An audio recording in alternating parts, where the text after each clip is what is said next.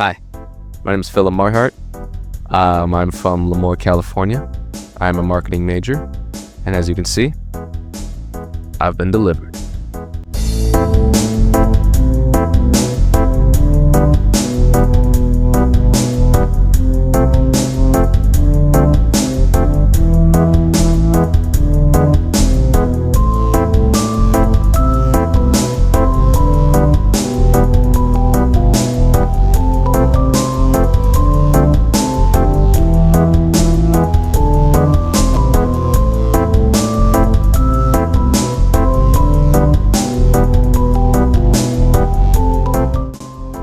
I would want to go to 1934. Specifically, there was an old ship back then. We all know the Titanic disaster, but what most people don't know is that Titanic had two identical sister ships. One of them made it to the 30s. That was the Olympic. There was an incident in 1934 in which the Olympic struck a lightship off Nantucket when heading to New York. Dare I say, I would want to be there. I want to, in the fog, I want to be able to look over the deck and be like, oh snap, kind of thing. And kind of watch how it play out, because there's a lot of beautiful photos out there of the aftermath, of the crew, of the survivors being interviewed and everything. And I kind of want to be in those crowd shots, and I would most likely be wearing, for some reference for you viewers, it would be what Michael Corleone wore in The Godfather, when he came back from Sicily. He wore all gray with a dark gray jacket and a gray hat. I would do something kind of like that to kind of blend in. And honestly, the fit would be solid, because I'd probably go to a traditional Italian tailor. But at the same time, just want to blend in and just kind of get the feel of the era, 1934 was a wild year, man. It's like 35, 36, 39 to 45.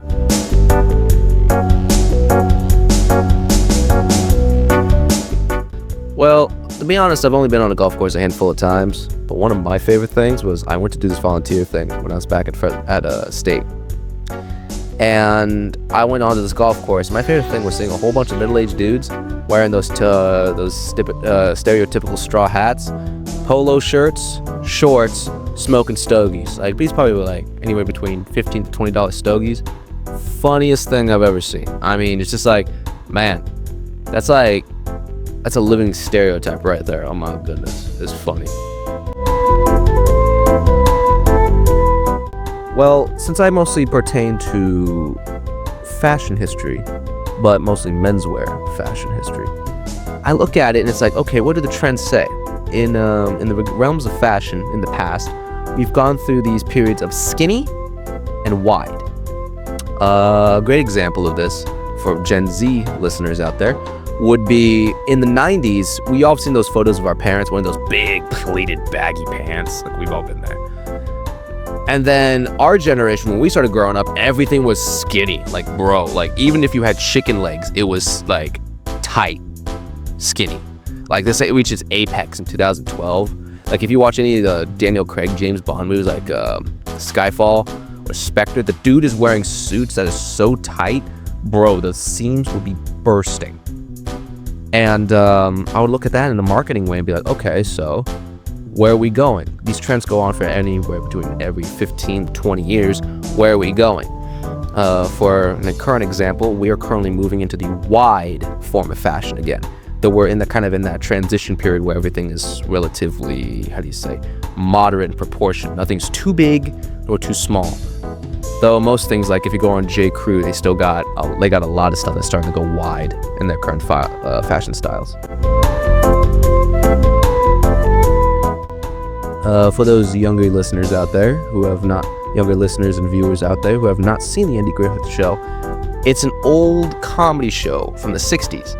Really lovely show about just simple small town life and just the shenanigans that ensue. I would say for our generation, it would be life is full of hustle and bustle. It's very chaotic. Let's go back to a simpler time. A time with friends. A time where we could just sit down for a few minutes and enjoy the sunshine. The Andy Griffith Show. Wednesdays on CBNC kind of thing, you know, for all those kids out there who grew up with cable TV. Well, I love marketing because of the psychological aspect. It's all about getting to know people, and we do it every day on our common day. Getting to know your family, your friends, strangers, classmates. We all do it. We all do it. And marketing is just applying that kind of concept to a wider frame, getting to know people on a wider scale, to sell them products that they may be looking for. And I see it shaping my future because products are always being marketed to people, all kinds of people. For me, it's like, oh, I'm looking for this. Someone markets it in a way that it appeals to me. And well, I'm just as human as anybody else. I'm going to buy something whether I need it or I want it. And the marketing is most certainly going to help.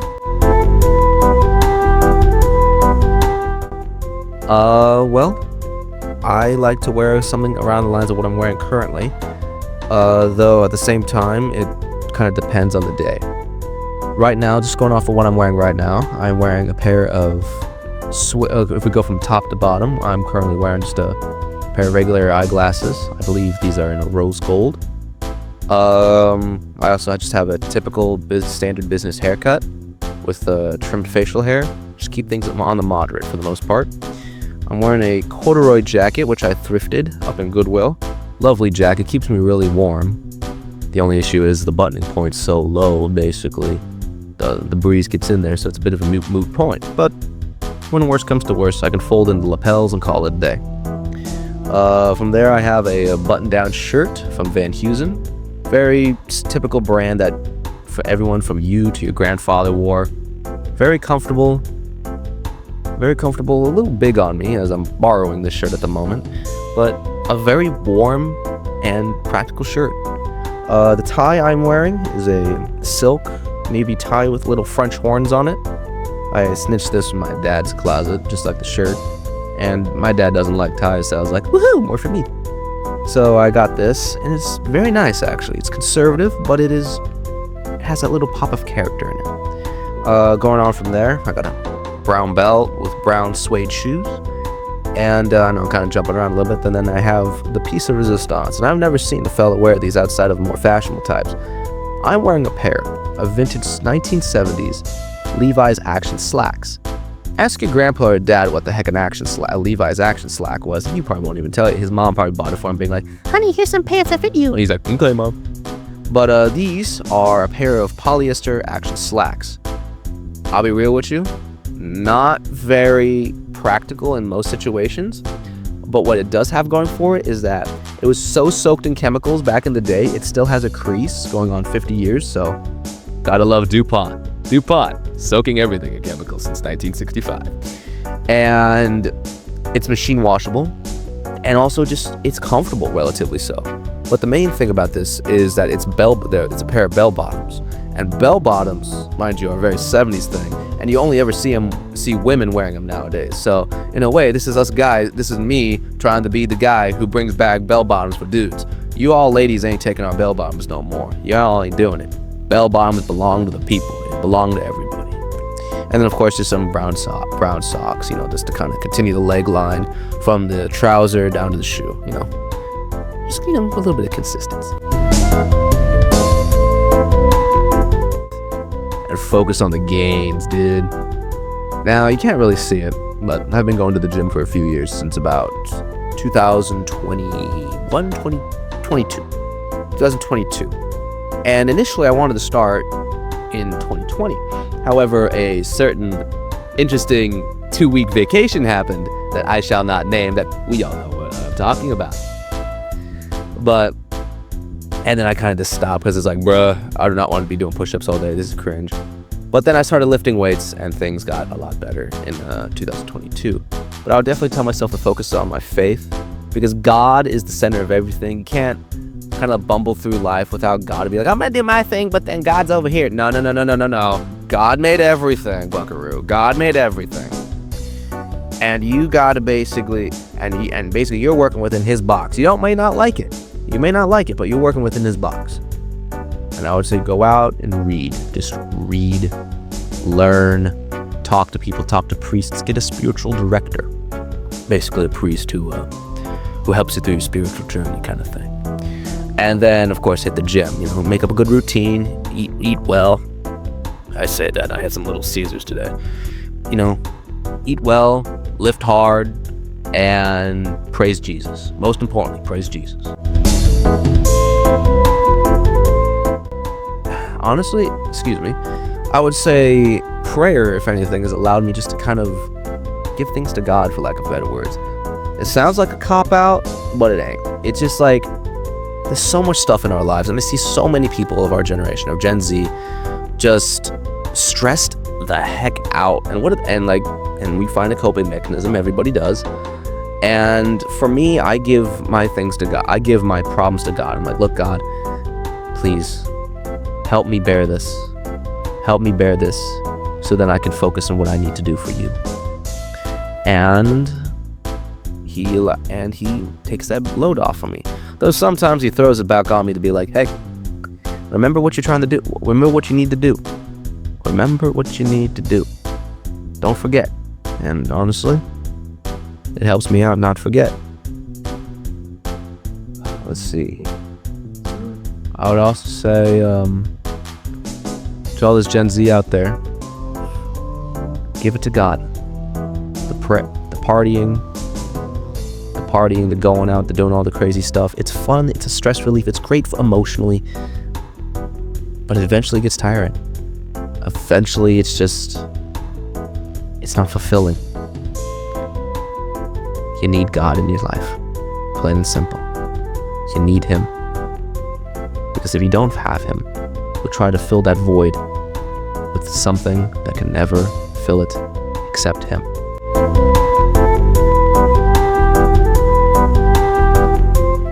Well, for lack of a better words, it fries my brain. For all you stoners out there, I'm not talking about that kind of fry. I'm talking about you hit a good workout.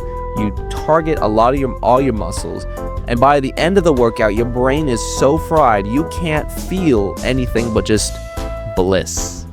You can't, and it's not even like a happiness bliss. It's like just bliss. It's like, whatever, I'm good, I'm living.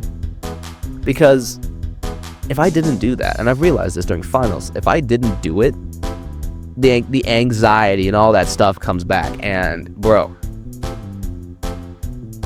you can cope and seethe all you want, but dude, working out is the thing, besides God, of course. Working out helps you keeps your monkey brain in check. I've heard this. A lot of people nowadays, especially those who work in offices, they're mentally tired but not physically tired. When I go to the gym, I physically tire out myself, so my body is ready to rest, and I mentally tire myself out by studying. No ChatGPT for me. Studying, for the most part. All I can say is just that the gym, it's good for frying your brain at the end of the day so that you're sufficiently tired to go to sleep with little to no anxieties. And after doing a long day of work, of mental work at school, it completes you. It just completes the day of, I'm done, I'm gonna go pray, I'm gonna go to bed, and I'm gonna sleep like the dead.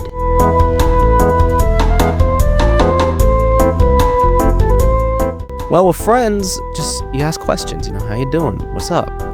Tell me about it, that kind of thing. And I've been on conversations that go on for hours. You say that, boom, you've just gone for like 3 hours go away. So get yourself a tall glass of water, maybe a Nutribar or two, and then just listen to your friend. And then when it comes to family, conversations are still a little long. Family, they try their best to help you out. They try their best, but they don't really know what's going on at the end of the day. And they try to give you their life experiences, which you can then build off of. They try to help. And sometimes they do help. Sometimes the old ways are best. Sometimes that is, for lack of a better words. Forgive me, folks. But you gotta pick yourself up by your bootstraps. No more feeling sorry for yourself. Pick yourself up, do the work you got to do, and get up and go. But at the same time, there's also a time that's just your family. Your family is always there for you, even if they don't know what to say. So they may talk around you for hours, around the situation. And they may not know the answer. That's for you to find out, your own specific answer. You listen to your friends. I say this: listen to your family to build a baseline of knowledge, to understand where they come from. They are your primary source. You came from them. They are your primary source. Then talk to your friends and bounce off of each other for bounce off of your life experiences, but also what they've learned as well. So family, friends, internet, books. Just go in there and then you just build yourself a composite of what you can do and how you can approach your own mental health.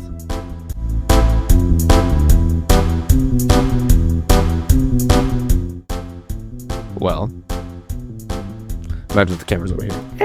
But well, I would say this: if you wear t-shirt and shorts, upgrade that. Patterned shorts, solid polo shirt. If all you wear is Crocs, go to Birkenstocks. If all you wear is Birkenstocks, wear loafers like mine. You basically build yourself a new base, a new bare minimum. And then from that bare minimum, you work your way up. Polo shirt, patterned shorts. Then from there, you go up to sport coat, polo shirt, dark jeans. Dark jeans, not black, dark blue. Hear me out. Dark blue looks more formal, looks more crisp. And if you ever seen a cowboy in dark starched jeans, even not a straight man can say that fella knows what he's doing and he looks good. And basically you build up from there. Sport coat, dark jeans, then you go to the trousers, then you go on so on and so forth. But the first step is to build a new base. Your base is one step above what you currently wear. That's where everything starts.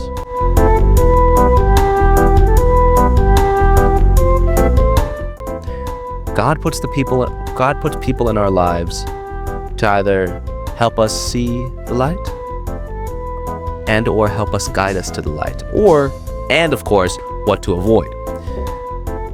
God puts people in our lives to, help us and guide us along our lives. That could be family, that could be friends, that can be just some dude off the street that you have a really good conversation with. I love those kind of conversations, by the way. The few I've had, amazing. And then, of course, the people who help you along your way: priests, family, like I said, friends and friend groups. I got a few guys in in a young adult group I'm in. Good guys. And these guys are very, very strong in their faith, and they have a lot of resources, and they know a lot of people to talk to.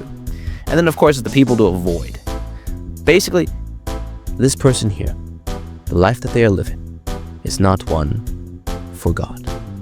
This is a life for them, not for God. Things in our lives are to be given to the Lord for Him to do as He wills. What the devil says is that we do what we wish, do what thou wilt. It's very hard to make the choice, but God puts people in our lives to help us make those right choices and shape our lives to what He needs them to be.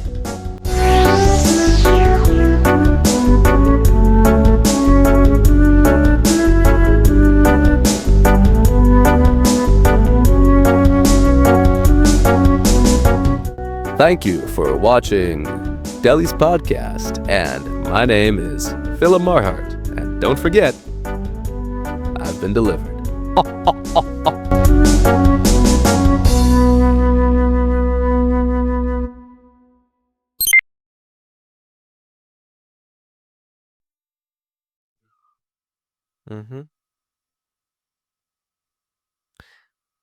Good evening, sports fans.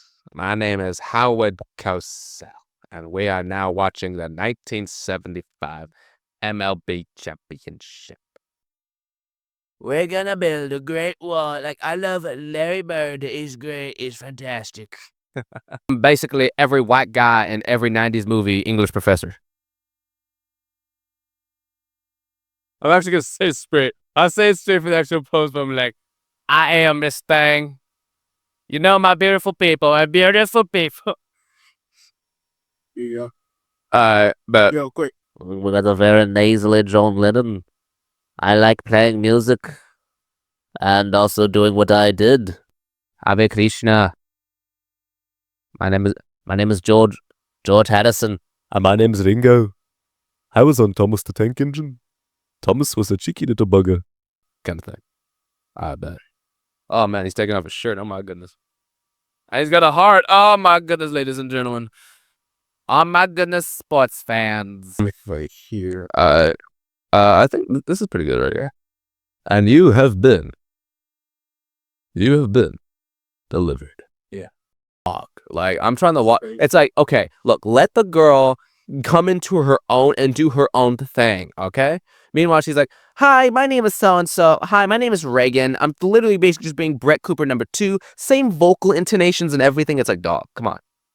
I know people like consistency, but not this kind of consistency. You know, like, come in, say Brett's been scooted and booted. Come in, hit the ground running, and be like, hi, sup, gang? My name's Reagan.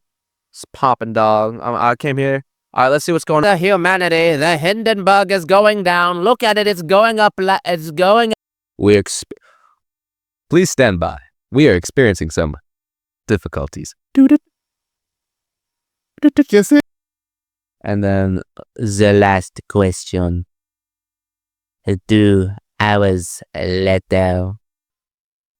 I drive an F-150 just like all my other white brethren, such as Steven. Hi, Steven. Hey, Jeff, how you doing? Nice F-150. Same with you. What color is it? White. Mine is as well.